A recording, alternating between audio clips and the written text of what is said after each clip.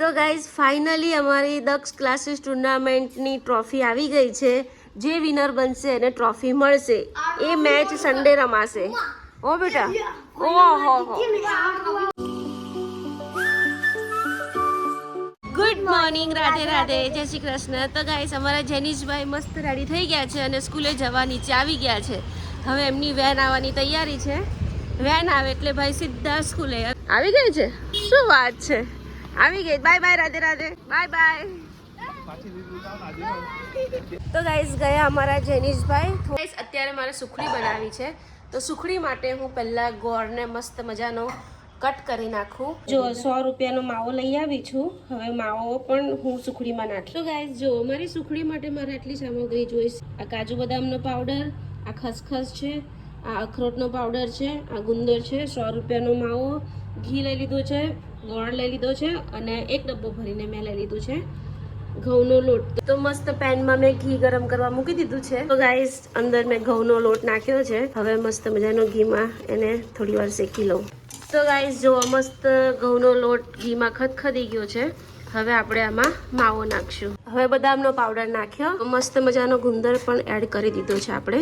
તો ડિશમાં ઘી લગાવીને મસ્ત પોળી કરી દઉં. તો ગાઈસ જો મસ્ત મજાની મારી સુખડી થઈ ગઈ છે. વાઈફાઈ બગડ્યું હતું તો વાઈફાઈ વાળા રિપેર કરવા આવ્યા છે. શું જોઈએ છે તારે? મારો પરફ્યુમ. તારે અત્યારથી પરફ્યુમ લગાવીને ક્યાં જવું છે? ભાઈ પરફ્યુમ નહીં લગાવો. તો જોઈએ છે શું કરવા? નથી લગાવવું તો રાત્રે પીપી કરે ને બેડ ઉપર. છી, જેનું રાત્રે પીપી નથી કરતો બિચારાને બદનામ ના કરીશ તું. એ તો ક્યારેક ક્યારેક કરી જાય. હવે નાનું છોકરું છે. હવે તો ગાઈસ મારે આજે ફાસ્ટ છે. મેં તો મસ્ત મજાની મોરિયાની ખીચડી બનાવીને ખાઈ લીધી છે અને દક્ષુભાઈ પણ જમી લીધું છે. હમણાં જેનિશ આવશે એટલે જેનિશને પણ જમાડી દઈશું. તો ગાઈસ જો દક્ષે મને માર્યું અને એને પણ હાથમાં વાગ્યું. જો એને પણ ખૂન નીકળ્યું, મને પણ ખૂન નીકળ્યું. જો શું કરે છે શું તું? તો બોલો, મારી વિટામિનની દવા કાઢી અને રમવા લાગ્યો ગાંડો. વિટામિનની દવા રમાતી હોય અને એ દવા પછી અત્યારે હું ગરી ગઈ. મારે એકચ્યુઅલી રાત્રે કરવાની હોય પણ આ ભાઈ ખોલીને બેસી ગયા અને પાણીમાં પલાળી દીધી. ફેંકી થોડી દેવાય. 250 રૂપિયાનું પત્તું આવે. 250 રૂપિયાની ફક્ત 10 જ દવા આવે છે. ફેંકી દેવાય દક્ષ? એવું કરાય? તું સાચું બોલ. નીચે સાયકલ ચલાવતો હતો ને, તો તને ખબર ના પડે બેટા? તું ડાયરેક્ટ વેનમાંથી આઈને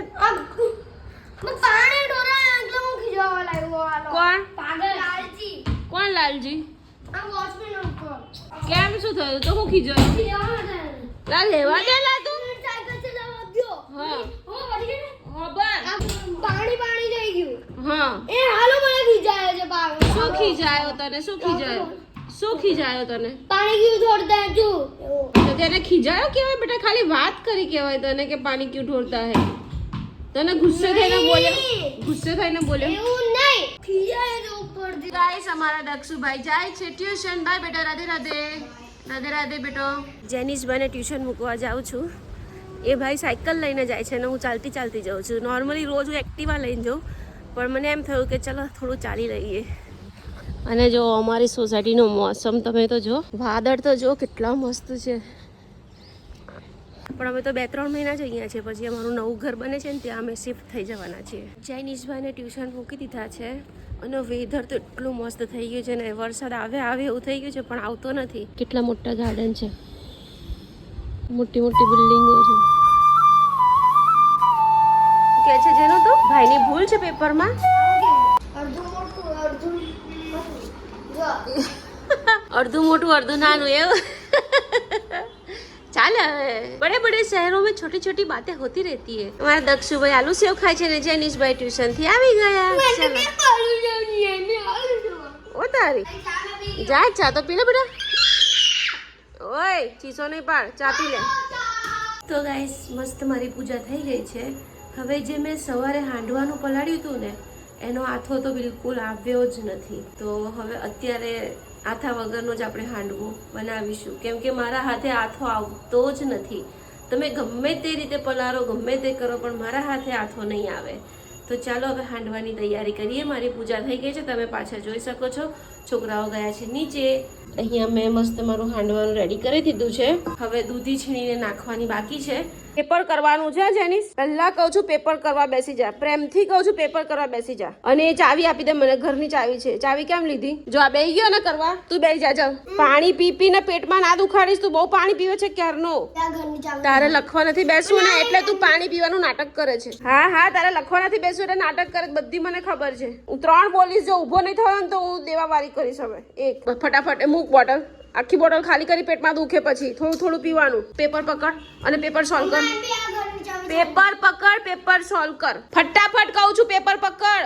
અહીંયા મારો હાંડવો થઈ ગયો છે, મેં કઢાઈમાં હાંડવો કર્યો છે. તો ગાઈસ, આ ત્રણેય બાપ દીકરાને બહાર જવું છે કઈ કામથી, તો જેનીસ ખાતો નથી અને દક્ષુ ઉતાવળ કરાવે છે કે તું જલ્દી ખા, જલ્દી ખા. અને જેનીસ જલ્દી ખાતો નથી જો, અને કેટલા પોળા પગ રાખીને ખાય છે. હે દક્ષુ, કેન્સલ જવાનું. જેનું કેન્સલ ના ના ખાવા દે, એવું કેમ કરે બિચારો, ભલે ખાતો. અલા પેટ ભરીને આ બંધ કર, અવાજ બંધ કર. ના ના ખાઈ લે દક્ષુ, ખાવા દે એવું ના કર, બિચારો ઉતાવળમાં ખાતો નથી. તો ગાઈસ, જેનિસને દક્ષે ન ખાવા દીધું બહાર જવાની ઉતાવળમાં, બિચારો મારો છોકરો ભૂખ્યો રહ્યો. This is not fair. દક્ષો, Also fair. Not fair. જોઈ લે, હવે ઉતાવળ કરાવે છે. પછી રાત્રે 2-3 વાગે મને ઉઠાડશે અને કહેશે મમ્મી મને બિસ્કિટ ખવડાવો. દક્ષ, પછી તું તો નહીં ઉઠે, મારે જ ઉઠવું પડશે. અત્યારે પેટ ભરીને નહીં જમે ને તો રાત્રે છે ને 2-3 વાગે ઉઠે અને એમ કે મમ્મી મને બિસ્કિટ આપો, બિસ્કિટ આપો. અને એ બી પાછા જાતે ન ખાય, મારે એને ખવડાવવા પડે ઊંઘમાં બિસ્કિટ. આજે તો દક્ષ જો ઉઠ્યો ને તો હું તને જ ઉઠાડીશ, તારે એને બેઠા બેઠા બિસ્કિટ ખવડાવવાના છે. ખવડાવી દઈશ પાક્કું. મારા જેનિશભાઈ જમીને જતા રહ્યા છે, કીધું કે ફટાફટ જમી લે. તો ભાઈએ જો કેવી રીતે હાલત કરી છે ઘરની. જો ત્રણેય બાપ દીકરો ગયા છે. મારે પણ જવું હતું બ્લોગ બનાવવા, પણ પછી આ બધું કામ કોણ કરે, હું જવું તો વાસણ કોણ ઘસે, એટલે પછી ત્રણેય બાપ દીકરો જતા રહ્યા. અને અમારે સન્ડે જે દક્ષ ક્લાસીસમાં મેચ ટુર્નામેન્ટ રાખ્યું છે ને એની માટે એ ટ્રોફી લેવા ગયા છે ત્રણેય બાપ દીકરો. તો હવે 2-3 કલાકે આવશે, તો આપણે તો ચલો ફટાફટ પરવારીને સૂઈ જઈએ. તો ગાઈઝ, ફાઇનલી ટ્રોફી આવી ગઈ છે મેચ માટેની. ત્રણેય બાપ દીકરો મસ્ત મજાની ટ્રોફી લઈ આવ્યા છે. ઓહો હો હો હો હો, આટલી બધી ટ્રોફી કેમ લાયા પ્રતીક? બહુ બધી ટ્રોફી લઈ આવ્યા યાર, બધા છોકરાઓને આપવાની લાગે છે કેમ? તો ગાઈઝ, ફાઇનલી અમારી દક્ષ ક્લાસીસ ટુર્નામેન્ટની ટ્રોફી આવી ગઈ છે. જે વિનર બનશે એને ટ્રોફી મળશે. એ મેચ સન્ડે રમાશે. ઓ બેટા, ઓહો હો હો, તોડી ના નાખતો તું. હા, તો આજનો બ્લોગ પસંદ આવ્યો હોય તો મારી ચેનલને સબસ્ક્રાઇબ કરજો, લાઈક કરજો. ફરી મળીએ કાલ નવા બ્લોગમાં, અને મારી ઇન્સ્ટા આઈડીમાં જરૂર ફોલો કરજો.